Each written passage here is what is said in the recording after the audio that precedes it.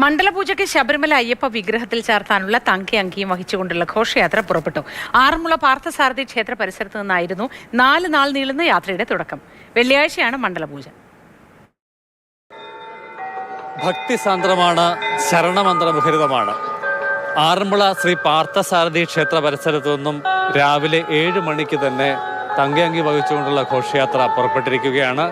തിരുവിതാംകൂർ മഹാരാജാവായിരുന്ന ശ്രീ ചിത്തിര തിരുനാൾ ബാലരാമവർമ്മ ശബരിമല ക്ഷേത്ര നടയ്ക്കൽ സമർപ്പിച്ചതാണ് 451 പവൻ തൂക്കമുള്ള തങ്കയങ്കി. ഘോഷയാത്ര ഇന്ന് 26 ഇടങ്ങളിലെ സ്വീകരണങ്ങൾ ഏറ്റുവാങ്ങിയാണ് മുന്നോട്ട് നീങ്ങുക. വൈകുന്നേരം 7:30 ഓമല്ലൂർ രക്തകണ്ഠസ്വാമി ക്ഷേത്രത്തിലാണ് ഘോഷയാത്ര എത്തിച്ചേരുക. ഇതിന്റെ ഭാഗമായിരിക്കുന്ന എല്ലാവരും അവിടെ ഇന്ന് രാത്രി വിശ്രമിക്കും. ശേഷം 2-ാം ദിവസം പുലർച്ചെ അവിടെ നിന്ന് ആരംഭിക്കുന്ന ഘോഷയാത്ര 21 ഇടങ്ങളിലെ സ്വീകരണങ്ങൾ ഏറ്റുവാങ്ങിയ ശേഷം വൈകുന്നേരം 7 മണിയോടുകൂടി കോന്നി മുരിങ്ങമംഗലം ക്ഷേത്രത്തിൽ എത്തിച്ചേരുകയും അവിടെ വിശ്രമിക്കുകയും ചെയ്യും. എങ്ങനെയൊക്കെയാണ് ക്രമീകരണങ്ങൾ? ഇത് ഇവിടെ നിന്ന് ഇപ്പം രാവിലെ ആരംഭിച്ചിട്ടുള്ള ഈ തങ്കയങ്കി 26-ാം തീയതി വൈകിട്ട് സന്നിധാനത്ത് എത്തിച്ചേരും. സന്നിധാനത്ത് ഇത് എത്തിച്ചേർന്നാൽ ദേവസ്വം ബോർഡും അതുപോലെ തന്നെ സന്നിധാനത്ത് മറ്റ് സംവിധാനങ്ങളും എല്ലാം തന്നെ ആവശ്യമായിട്ടുള്ള എല്ലാ ഒരുക്കങ്ങളും ചെയ്തിട്ടുണ്ട്.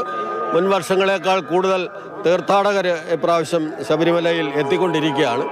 ഇവിടെയും നല്ല തിരക്കാണ് യഥാർത്ഥത്തിൽ ഉണ്ടായിട്ടുള്ളത്. നല്ല ക്രമീകരണങ്ങളെല്ലാം ഒരുക്കിയിട്ടുണ്ട്. 26-ാം തീയതി മലക്കൂട്ടത്തിനവിടെ സ്വീകരിച്ച് 18-ാം പടിയിൽ മന്ത്രിയും അതുപോലെ ദേവസ്വം ബോർഡ് പ്രസിഡന്റ് മെമ്പർമാരും കൂടി സ്വീകരിച്ച് ദീപാരാധനയ്ക്ക് മുമ്പ് ചാർത്തി ദീപാരാധന. 3-ാം ദിവസം കോന്നിയിൽ നിന്നും പുലർച്ചെ ആരംഭിക്കുന്ന ഘോഷയാത്ര 19 ഇടങ്ങളിലെ സ്വീകരണങ്ങൾ ഏറ്റുവാങ്ങി പെരുന്നാട് ധർമ്മശാസ്ത്ര ക്ഷേത്രത്തിലായിരിക്കും വിശ്രമിക്കുക.